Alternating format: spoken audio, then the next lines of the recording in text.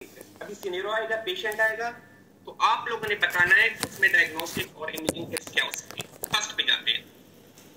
Number 1, a patient presents to the emergency department with suspected pulmonary embolism.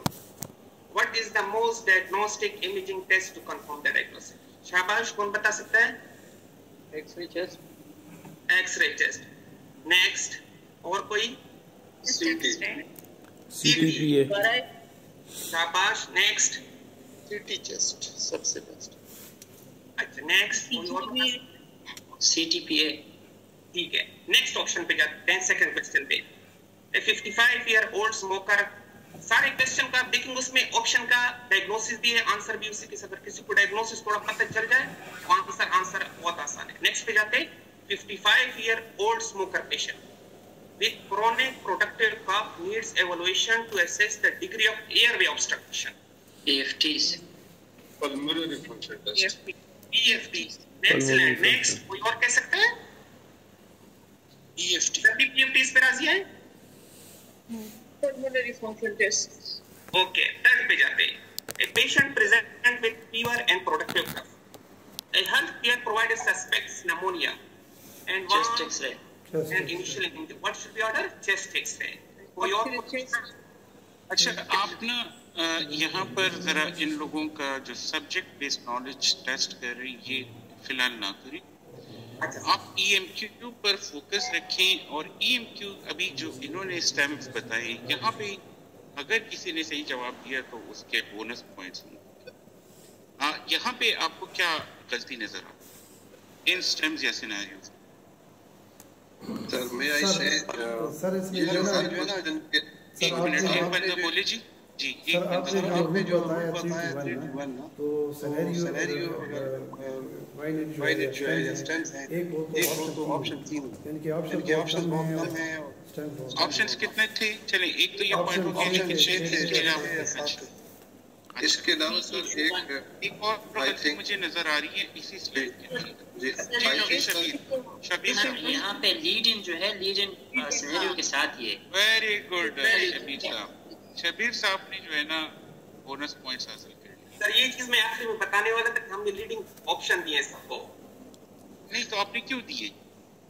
Sir वो इसलिए आप लोगों से ये चीज निकालनी थी। मेरे से तो नहीं निकाली, मैंने तो खुद पॉइंट आउट किया है।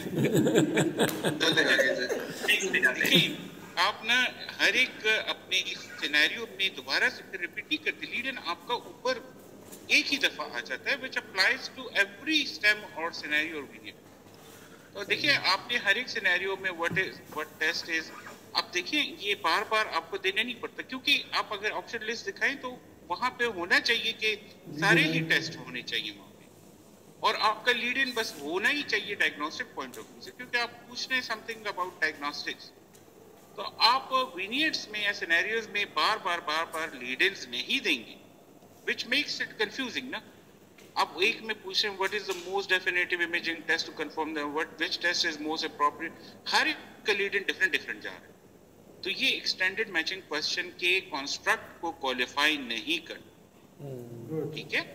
तो ये जो है ये मैं इसलिए राइट ऑन स्पॉट में ठीक करा रहा हूँ ताकि कॉन्सेप्ट आपका गलत ना जाए।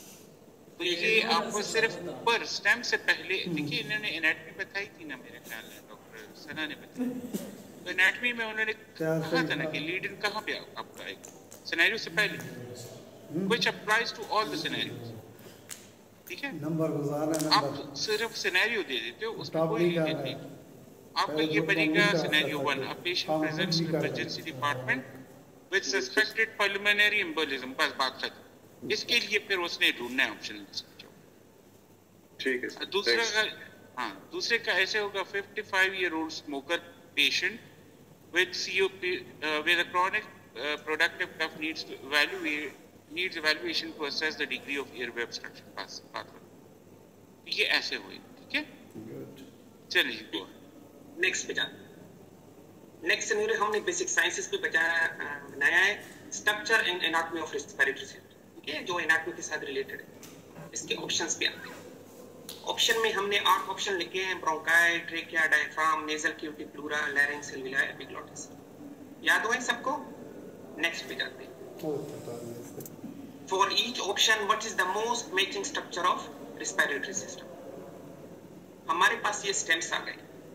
अब इसमें भी हमने वही leading चीज, अगर the first like the two large tube that branch off from trachea and carries area into lungs. What are these structures?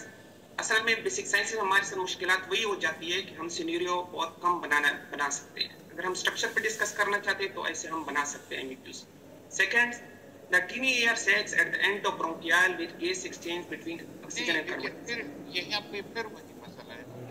आपने यहाँ पर भी लीडर्स रिपीटेडली हर एक सिनेरियो में घुसा, तो बेहतर होता अगर आप इवन स्ट्रक्चर्स पे बनाना चाहते हैं तो आप एक ही लीडर रखिए, उसको बनाएं ऐसे कि विच अप्लाइज और भी सिनेरियो. बार बार आप लीडर्स मत दिया करें. ये वाली प्रेजेंटेशन आप तब शेयर करेंगे व्हाट्सएप में जब ये रेक्टिफिकेशन इसमें हो जाएगी, वरना बाद में ये गलतियाँ गलत कॉन्सेप्ट की तरफ बाकी पार्टिसिपेंट्स को लेकर जाएंगे. बस सर वो लीडिंग स्टेटमेंट स्टार्ट में ऊपर दिया हुआ है ना, तो नीचे फिर देने की जरूरत नहीं. हाँ, उसको देने की जरूरत नहीं है जी. तो इसमें जो हमने गलती की वो स्ट्रक्चर्स हैं. यहाँ पे हमने मसल बता दिया है. The structure at the roof of trachea that contain vocal cords and produce sound. What is called? तो इस तरह हम बेसिक साइंसेज में कुछ बहुत इमेज बना सकते हैं. अब तीसरे पे आते हैं. हमने जो एक चीज डिस्कस की थी कि हम कोशिश करें कि एक ही सिस्टम के साथ उसके ऑप्शंस और जो सिनेरियो हो, हम ये भी जरूरी नहीं है कि आप एक पे कर रहे हैं, लेकिन आप कभी कभी चेंज भी कर सकते हैं. जिस तरह फैटीग है, फैटीग में हमने ऑप्शन बता दिए: iron deficiency anaemia, chronic fatigue syndrome, hypothyroidism, obstructive sleep apnoea, major depressive disorders, type 2 diabetes and heart failure. इसका जो स्टेम है, for each patient with fatigue what is the most likely diagnosis. इसमें और उसमें कुछ फर्क नजर आ रहा है आप लोगों को? जी इधर लीड नहीं है.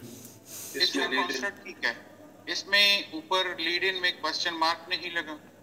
हम डॉक्टर जो है ना फुल स्टॉप क्वेश्चन मार्क और कॉमा लगाने में बड़े ही कमजोर होते हैं, तो क्वेश्चन मार्क लगेगा. फिर आपने यहाँ पे अच्छा किया कि लीड इन यहाँ पे रिपीटेड नहीं, बस ये आपका अब सही है. इवन आपने फटीग से रिलेटेड एक अच्छी ऑप्शन लिस्ट रखी हुई है, उसको आप मजीद इंक्रीज करें, because the ratio of options to the scenarios or stems must be at least 3 ratio. Okay? एक आध सिनेरियो ऊपर नीचे हो सकता है, लेकिन उसको इससे ज्यादा ना बढ़े, क्योंकि आपके क्वेश्चन की फंक्शनैलिटी फैक्टर. फॉर एग्जांपल वहां पे पीछे ऑप्शन लिस्ट में 5 या 6 ऑप्शंस और यहाँ पे 4 सिनेरियो होते हैं, तो ये इसकी फंक्शनैलिटी को रिड्यूस कर रहा है, अफेक्ट कर रहा है. तो जाहिर बात है comparatively assessment point of view से इसकी क्वालिटी कॉम्प्रोमाइज. तो इसकी ये आंसर्स हैं. अच्छा, और कोई किसी को क्वेश्चन करना है कि सिनेरियो हम अभी कैसे बनाएंगे? अभी सबके लिए थोड़ी बहुत आइडिया हो गया जी. मेरा क्वेश्चन है सर, बेसिक साइंस और क्लिनिकल साइंस में कैसे ईएमक्यूज बनाने हैं जी. सबको आइडिया हो गया जी सर. ये अल्फाबेटिकल ऑर्डर में ऑप्शंस लिखने हैं या रैंडम ऑर्डर में लिख सकते हैं? जो आपके ये जब पेपर बनता है ना, तो पेपर में आपके ऊपर ऑप्शन आए होते हैं कि आपने option A B C select करना है या पूरा लिखना है. वो पेपर के मुताबिक है. अभी तो हम आपको सिर्फ वो आंसर आगे बता रहे हैं कि आंसर हमें क्या लिखना है. इसमें आप मैक्सिमम जो हमारा अभी एफआरसीपी का एग्जाम हो रहा था, तो उसमें ऑप्शंस थे कि आपने ऑप्शन लिखना है, ए बी सी डी लिखना था. I think there is no need to follow alphabetical order because you have to match different things. So alphabetical order की जरूरत इसमें नहीं होती. Any more questions? सब क्लियर है? डॉक्टर सिकंदर, एक क्वेश्चन है. जी मैडम आप बोलें. ये जो एक ऑप्शन है उसको आप 2 स्टेम पे अप्लाई कर सकते हैं?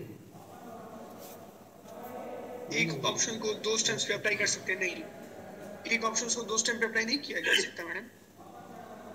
कर सकते हैं, कर सकते आप. वो कैसे नहीं उसको लीड इन के साथ कैसे एक आपने 2 सिनेरियोज रखी, दोनों की प्रेजेंटेशन में थोड़ा फर्क है. कोई एटिपिकल प्रेजेंटेशन सपोज आ गई या कुछ और तरह से आप 2 सिनेरियोज के लिए एक ऑप्शन को मोर देन 1 टाइम्स यूज कर सकते हैं. ऐसी कोई बात नहीं. ये प्लेब के एग्जाम में लिखा भी होता है ऊपर कि you can use every option 2 times. आपका सिनेरियो मिसाल के तौर पर सिनेरियो 1 और सिनेरियो 2 का जवाब जो है वो सेम ही आता है, तो आप एक ऑप्शन को एक से ज्यादा बार EMQ में यूज कर सकते हैं, राइट? ठीक है। वो सब डॉक्टर सना प्लीज। अच्छा, अभी एक्टिविटी कराएंगे। अभी हमारी मॉडरेटर के पास हम जाते हैं कि हर ग्रुप ने अपना EMQ बनाना है, ठीक है? Back to doctor Sana. Doctor Ejaz आपने, अच्छा ठीक है, thank you doctor Ejaz and doctor Sikandar for the guidelines on developing the EMQs. Now we will be moving to the hands-on session. आप सब